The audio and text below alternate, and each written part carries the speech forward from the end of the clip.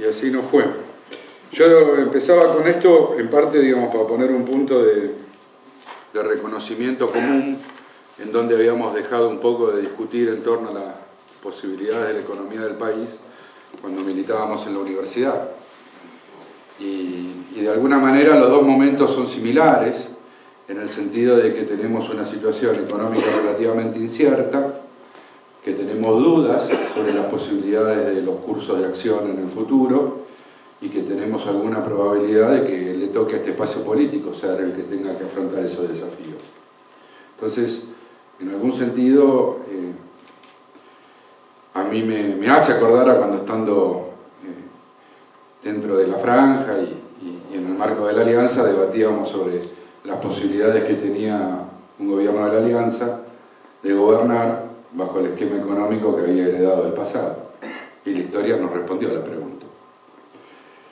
En ese sentido me parece que, digamos, sin considerar que la actual situación es igual de dramática, en el sentido de que la convertibilidad no admitía dudas, era certeza que se estrellaba y que al gobierno que le tocara estrellarse le iba a pasar eso, que le pasó.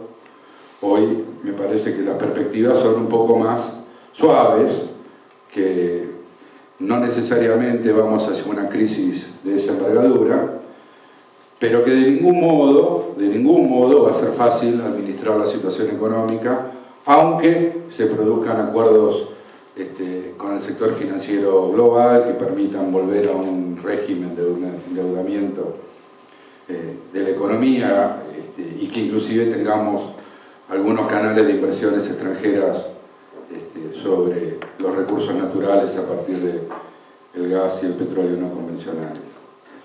Entonces, digo esto porque en general uno tiene muchos mensajes sobre optimistas, de que el solo hecho de que cambie el gobierno y por lo tanto hagamos una serie de ajustes en el sector fiscal y de reformas institucionales, la Argentina encontraría rápidamente un sendero de crecimiento económico y de desarrollo.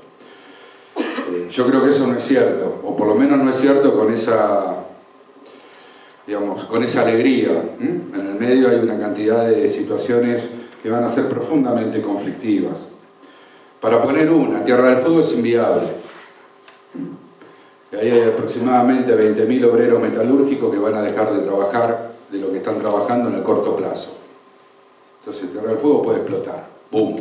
Una provincia que va a haber que intervenir o hacer algo va a ser un desastre. El mercado de trabajo. El mercado de trabajo, que de alguna manera es el responsable de los niveles de desigualdad y de pobreza que persisten en la Argentina, es a su vez la consecuencia de una estructura productiva. Esa estructura productiva que tenemos hoy en día es la misma que se terminó de conformar durante los años 90.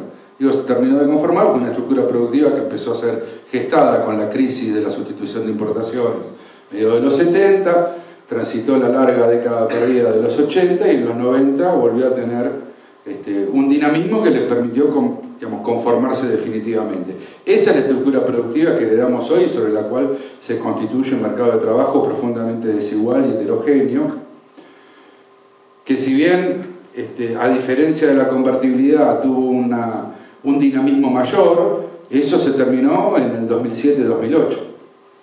Desde el 2008 lo único que dinamiza el mercado de trabajo en la Argentina es el sector público.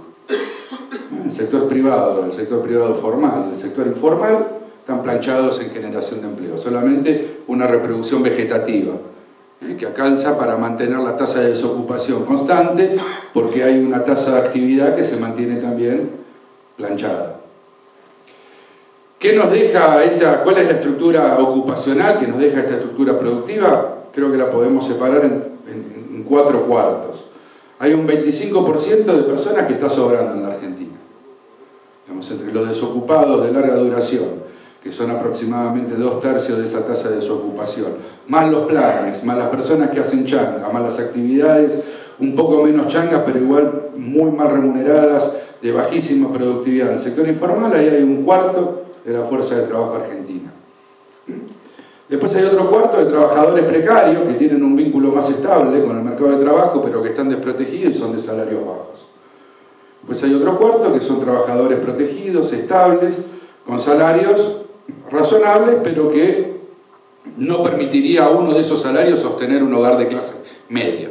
Necesitarían por lo menos dos de esos salarios en un mismo hogar para estar un poco más holgados. Y después sí hay un cuarto de la fuerza de trabajo, como los asalariados que pagamos el impuesto a las ganancias, por ejemplo, en ciertos sectores calificados, en ciertos sectores industriales, que sí han sido los grandes ganadores de esta década en términos de su participación en la renta total y mejora significativa de su salario real. Pero entre este cuarto que está relativamente bien y el cuarto que está relativamente peor hay una distancia insuperable, diría yo, de condiciones de vida, expectativas de vida, capacidad de progreso, capacidad de acumulación de capital simbólico, herencia, etc. Y esa es la Argentina desigual que hoy tenemos y que refleja esa estructura productiva que se mantuvo relativamente intacta desde los años 90. Todo lo que despegó en esta época eran inversiones que ya estaban, digamos, que habían madurado y que se habían conformado en los años 90. Lo que tuvo esta década que no tuvo en los 90 son, por un lado, China, modificando los precios de nuestros productos agropecuarios, y por el otro lado, un cambio a partir de China y también en relación a la posibilidad de tener tasas de interés muy bajas en el mercado internacional, que hizo que toda América Latina le fuera muy bien, y eso también ayudó a traccionar la economía argentina. Y tuvimos además la ventaja de la salida de la convertibilidad en esta década. O sea, hasta el 2007 la Argentina tenía salarios medidos en dólares muy, muy bajos, que le permitieron, sobre todo al capital propio local, hacer una primera ronda de negocios aprovechando esos salarios bajos. Cuando yo hablo de rondas de negocios estoy haciendo referencia al cortoplacismo del proceso de acumulación de capital en nuestro país. Invierto, aprovecho una oportunidad, gano guita y me la guardo. Y me paro. Y miro de nuevo a ver dónde aparece de nuevo una oportunidad. Digamos, tuvimos una cantidad enorme de oportunidades en los primeros años de salida de la convertibilidad, como consecuencia de que estábamos con salarios medidos en dólares muy, muy bajos. Y digamos, de hecho eso fue la salida de la convertibilidad, ajustar los salarios de una manera brutal, y a partir de ahí se movieron algunas inversiones, duraron hasta la mitad de la década, 2007, 2008, y después se volvieron a frenar. El ejemplo de la construcción habla por sí solo en ese sentido. Entonces, digamos, los problemas sociales que se derivan del funcionamiento de la estructura económica no son muy distintos a los que había en aquel entonces. En términos de estrategia de desarrollo económico respecto de lo que pasaba en la década del 90, bueno, tampoco ha variado demasiado. O sea, seguimos sin resolver las tensiones que hay entre una economía con productividades distintas, donde una es la productividad que necesita el sector agropecuario, otra la que necesita el sector industrial, los problemas para articular cadenas de valor, digamos, las dificultades en innovación, etc. Digamos, todo eso no cambió nada, no se resolvió nada. Por lo tanto, sigue habiendo ahí dificultades muy importantes. Lo único, digamos, que de alguna manera ha permitido vertebrar otro tipo de gobernabilidad en esta etapa fue que, bueno, el sector agropecuario, generando una cantidad de renta extraordinaria, fenomenal, a partir de las condiciones que tuvo, el Estado, vía retenciones, tuvo la capacidad de tener políticas públicas un poco más generosas. Entonces, en vez de tener que recortar jubilaciones o tener que recortar salarios en el sector público, digamos, podemos hacer lo contrario. Establecer un mecanismo de asignaciones directas, de transferencias monetarias directas, que sobre ese cuarto de la Argentina marginal operan de una manera que permite, digamos, darle mayores niveles de gobernabilidad al sistema político, márgenes de maniobra desde el punto de vista social que a fines de los 90 no eran posibles. Ahora, esto tiene sus costos. Los costos son de que estamos sosteniendo la situación social con transferencias monetarias y empleo público en los últimos 5 o 6 años. Entonces esto por un lado genera esa desigualdad patente que vivimos en la sociedad argentina. Hay una parte de la Argentina que se mira a sí misma y dice yo estoy contribuyendo a financiar todo esto que es inviable, y otra parte de la Argentina que se mira a los otros y dice cuál es mi lugar en esa sociedad donde no me reconocen. Entonces hay Digamos, esto va a potenciar conflictos sociales a futuro. Porque además me parece que el gasto público está en los límites tolerables, en el sentido de que estamos en torno, depende de qué base del PBI uno tome, si la del 93-2004, pero entre el 40 y el 45% del gasto público en nuestro país es un nivel récord histórico. Si en los 90 nos hubieran dicho que nos podíamos disponer de 10 puntos del PBI más para hacer políticas sociales, seguramente hubiéramos dicho se arreglan todos los problemas de la Argentina. Hoy estamos con 10 puntos más del PBI para políticas sociales respecto de los 90, para gasto público, digamos, obviamente políticas sociales, pero las políticas sociales también incrementaron fuertemente, y sin embargo los problemas sociales son parecidos, no en intensidad, pero sí en calidad, a los problemas sociales de la década del 90, la desigualdad, la sociedad fragmentada, etc. Entonces, digo, la Argentina tiene una situación social complicada y una agenda de desarrollo económico ausente. Ese es el diagnóstico que uno hace cómo llegamos al final de esta década. Pero además, ¿sí?, hemos generado un proceso de incremento del gasto público que no nos va a permitir seguir incrementándolo. Pero además hemos generado una presión fiscal tal que es bastante difícil suponer que se va a poder seguir incrementando. Por lo tanto, digamos, los márgenes para tratar de ir corrigiendo los problemas de nuestra economía van a tener que ver básicamente con las posibilidades de administrar la situación de la deuda pública. Y por lo tanto, la Argentina va a comenzar a volver a tener que fijarse muy bien qué es lo que hace y no hace en su política doméstica, porque si no va a ser castigada con las tasas de interés que le pidan para renovarle su deuda. Y la Argentina va ya desde el año que viene a un régimen de endeudamiento. Régimen de endeudamiento significa que vamos a no pagar más con reservas del componente de capital de la deuda pública, sino que lo vamos a tratar de renovar a una tasa de interés que probablemente no sea tan baja como hubiera sido 10 años atrás, sino que va a empezar a ser, y a medida que la economía del mundo global vaya mejorando de a poquito, va a ser tal vez más alta de la que fue en esta década. Pero quiere decir, digamos, desde el punto de vista de la política, Argentina va a tener que estar claramente dentro del mundo occidental, cristiano, global, mira el mapa de aquel lado y uno de digamos, porque digamos, no vamos a poder volver a tener esos márgenes de autonomía, entre comillas, de los que este gobierno se van a gloriar de poder pagar con reserva la deuda, o sea que vamos a ser, en el sentido, más dependientes lo que hagamos de los sectores económicos internacionales. Ahora, por otro lado, tenemos una sociedad que va a ser mucho más exigente. Y digamos, el sector agropecuario va a reclamar rebaja de retenciones, ese cuarto de la fuerza de trabajo que hoy es contribuyente neto del impuesto a las ganancias va a pedir que lo saquen de su rol de contribuyente. Los sectores informales van a exigir que se mantengan las transferencias monetarias, por lo menos a nivel de la canasta alimentaria. O sea que las presiones y las demandas hacia la economía van a ser muy fuertes, y la economía va a tener por el otro lado mayores dificultades para poder administrar esas tensiones respecto a los grados de libertad que hubo durante toda esta última década. Entonces, en este sentido me parece que los desafíos, si bien no son tan críticos como lo eran en el año 99, sin duda que el próximo gobierno va a asumir en condiciones mucho más difíciles de las que le tocó asumir a Cristina Kirchner en el 2007, para comparar con la actual administración. Me parece que este es el primer planteo. El segundo planteo al cual quiero referirme es la agenda del desarrollo económico, digamos, que es la que me parece que por donde deberíamos encarar una discusión sobre el futuro. Y acá el elemento, digamos, para tener cuidado es, digamos, la reproducción de esta estructura económica con mayores niveles de inversión, pero solamente para desarrollar lo extractivo. O sea, es cierto que la Argentina puede recibir muchísimos dólares para desarrollar el sector de vaca muerta, y es cierto que en minería podemos tener inversiones fuertes, y el sector agropecuario en su segmento más dinámico va a volver a reciclar inversiones y va a seguir apostando en la innovación. Ahora, ¿eso cómo se conecta con los sectores industriales?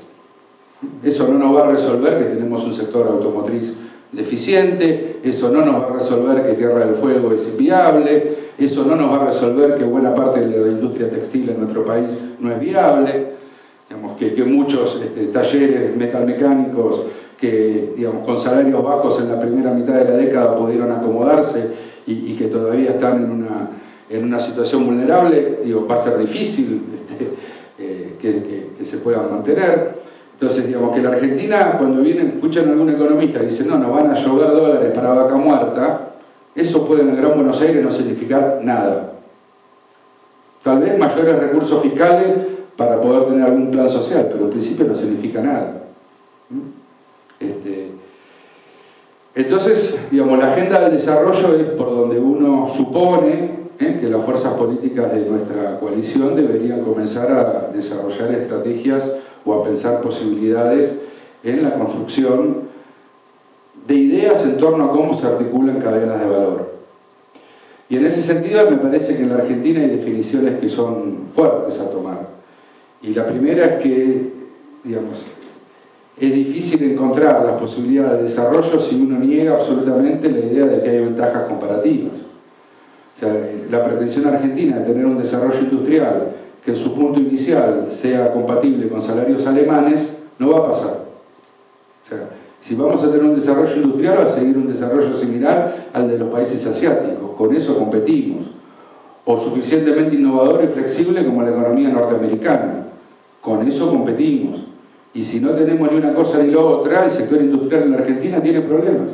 A menos que se constituya cadenas de valor que lo vinculen con el sector agropecuario, donde ahí sí hay ventajas comparativas, altos niveles de productividad, digamos, que pueden permitirle al sector industrial ser competitivo a nivel internacional. Esa es una, digamos, beta que habría que explorar. La segunda es la especialización. O sea, uno de los inconvenientes que tiene la mirada industrial de mucha de la gente que gobierna la Argentina es que honesta o deshonestamente venden la idea de la Argentina con posibilidad de ser una potencia industrial que no es así. A lo sumo Argentina tendrá condiciones de especializarse en algunos componentes de las cadenas de valor industriales. Por ejemplo, baterías de litio para todo el sector de la industria electrónica, pero no en producir los sistemas operativos, los microchips, las pantallas LED, etcétera, etcétera, etcétera, que lo hacen más barato, más rápido o los chinos o los norteamericanos.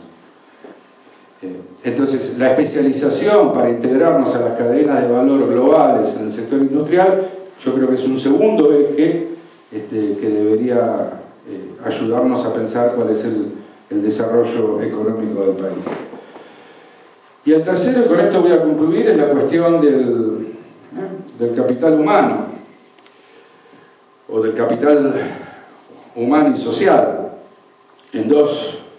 porque me parece que importa en dos sentidos.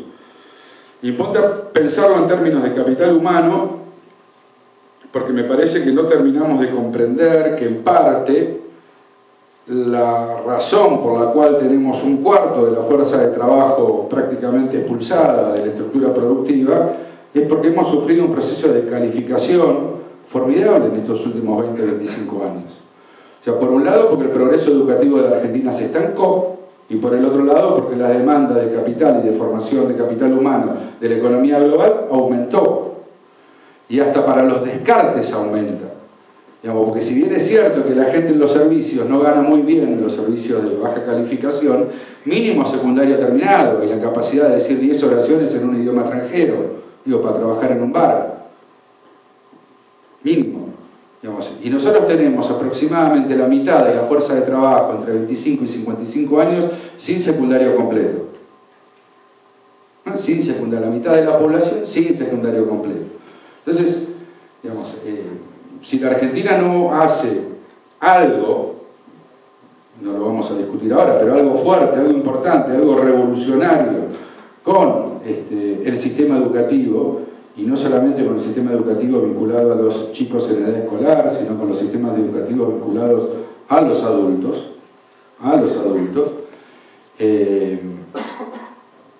va a ser difícil, digamos, que estemos en condiciones de poder generar una economía que le dé empleo de calidad a todos, o por lo menos que le dé alguna oportunidad de obtener un salario razonable en alguna actividad económicamente demandada. Y hablo de capital social, digamos, porque otra de las cosas que hace a la posibilidad de progresar tiene que ver con a quién conozco, cómo lo conozco, cómo interactúo.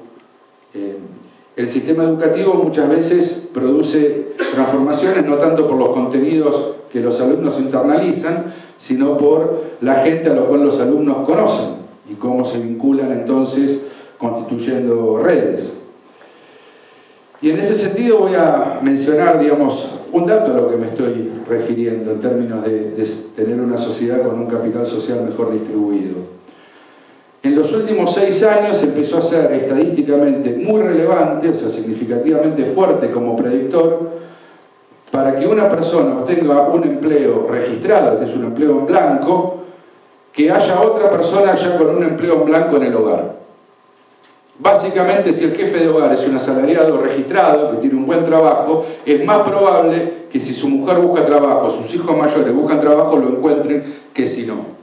Y eso tiene que ver, entre otras cosas, con la desigualdad de capital social, con la intermediación laboral y con el acomodo, si se quiere como una síntesis lunfarda de lo que estoy tratando de decir, las oportunidades de acomodo en los buenos empleos están cada vez más segmentadas en nuestro país. Entonces, se crearon 6 millones de buenos puestos de trabajo entre el 2003 y el 2008 en la Argentina, pero se repartieron desde el punto de vista de los hogares de una manera más desigual que en el pasado. Tenemos en un segmento 2 trabajadores, mamá y papá, con buenos trabajos, y en otro segmento ni mamá ni papá con posibilidades de encontrar buen empleo en el mercado de trabajo.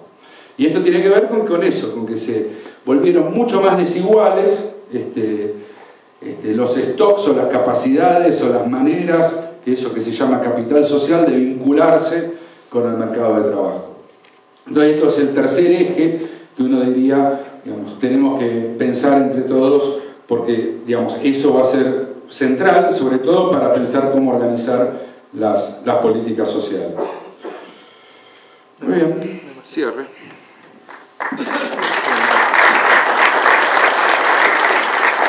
Gracias, Dani. El otro compañero que está en la mesa es Leo Stanley. La mesa de economistas es del Partido Socialista. Los compañeros están... Recuerden que... ¿Por qué te ríes? Bueno, yo no me río, no me río. Los compañeros que estamos presentes somos ex militantes de la Franja, pero también ex militantes del MNR, en los cuales estamos conformando este espacio. Les advierto que la penumbra tiene que ver con que en cualquier momento vamos a proponer, avisaste, José, ¿no?, que pasamos a la etapa revolucionaria, porque entre economía y penumbra me parece que ya hay varios que se están durmiendo y recién empezamos, así que bienvenidos a los que llegaron hace poquito o acabaron de llegar. Le paso al colega Stanley, que también es economista, es investigador, tiene no un prontuario sino buenos antecedentes para que nos cuente. Le pedimos ideas, ejes que un frente político como el nuestro tiene que tener para cuando sea gobierno.